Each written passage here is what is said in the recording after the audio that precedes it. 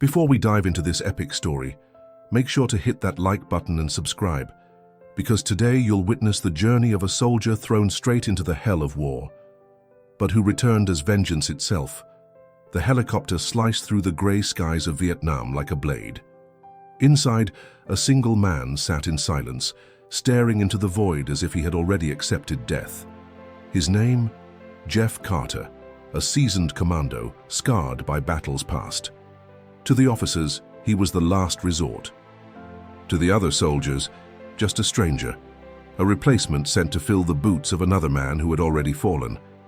There were no honors, no warm welcomes, only suspicious, cold stares.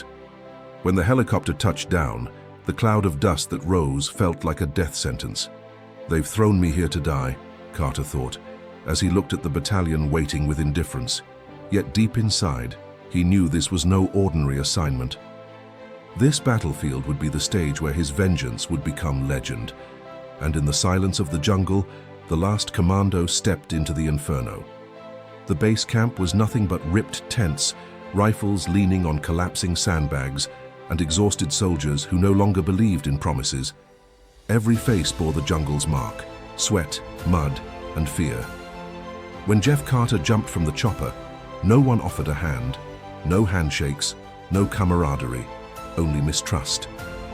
A sergeant chewing tobacco finally broke the silence. "So you're the replacement," he sneered. "If you want to survive, don't get in the way.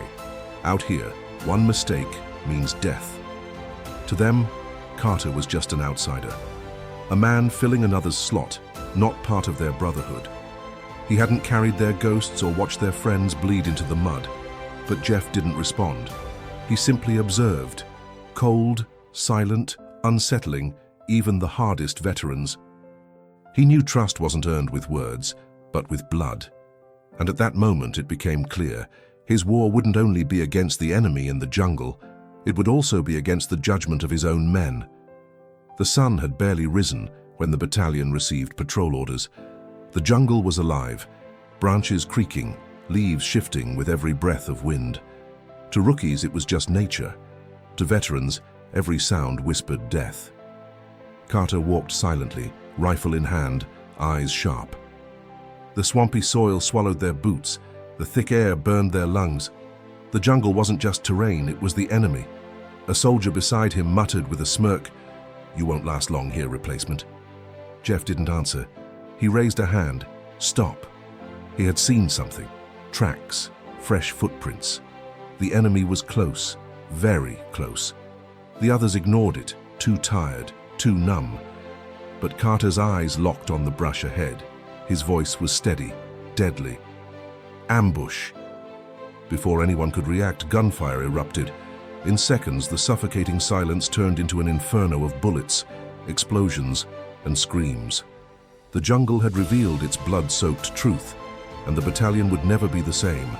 Gunfire tore through from every direction. Viet Cong machine guns lit up the trees, turning the patrol into sitting ducks. Bullets shattered branches. Men screamed as they fell.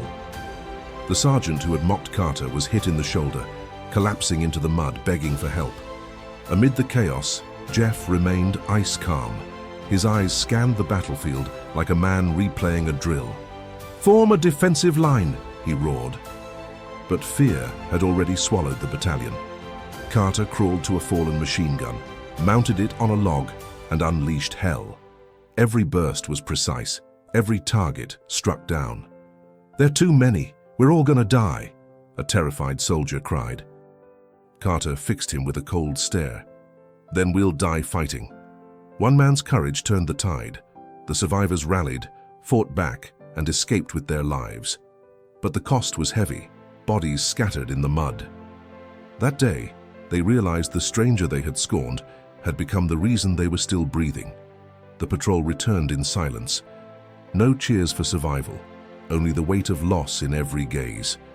Improvised stretchers carried the dead, covered with torn blankets. The stench of gunpowder still lingered. Carter walked at the rear, eyes locked on the ground. Fury simmered inside him, but nothing cut deeper than seeing Parker, the young radio operator who had been the only one to welcome him, lying among the fallen. Parker had said on the first day, "I'll help you fit in, Lieutenant. Not everyone here is bad." Now his body lay still, radio still strapped to his chest, as if waiting for a call that would never come. The wounded sergeant muttered, "It was bad luck. We couldn't have known." Carter spun around, eyes blazing. It wasn't luck. It was negligence, arrogance, and they paid with their lives. Something shifted in him that night.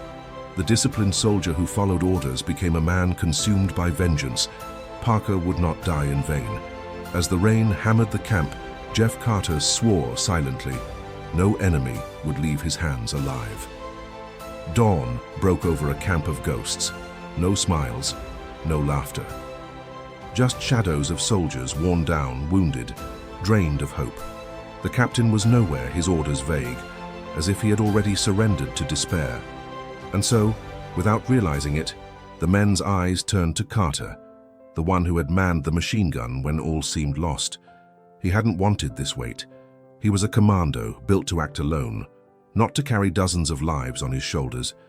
But every plea, every desperate stare, reminded him of the promise he'd made over Parker's body. That morning, Carter gathered the men around a dead fire. "You think you'll survive waiting for weak orders?" His voice cut through the silence. No one spoke. Only the jungle answered. "I didn't come here to die, and if you don't want to either, you'll fight with me."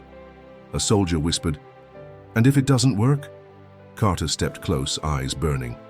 "Then we'll die trying, but not on our knees." From that moment on, Carter was no longer the outsider. He was the leader they needed, the one they had never had.